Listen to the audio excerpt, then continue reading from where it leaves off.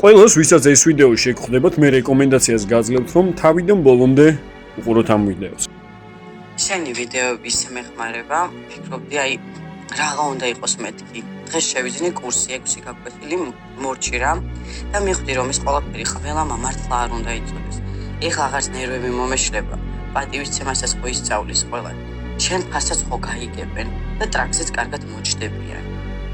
ნეტა ადრე აღმომეჩინე, ასე ხო არ დავიტანჯებ. შენ ძალიან კარგად უნდა გესმოდეს, რომ სამოტივაციო სპიჩები, რომელსაც შენ ინტერნეტში აწყდები, სამომავლო პერსპექტივაში შენ არ დაგეხმარება.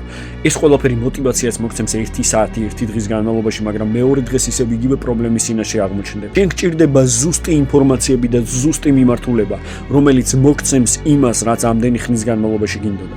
შენ უამრავ ტრავმებს აირიდებ თავიდან, რადგან გეცოდინება ის, რაც საზოგადოებაში 95%-მა არ იცის და ვერც გაიგებს.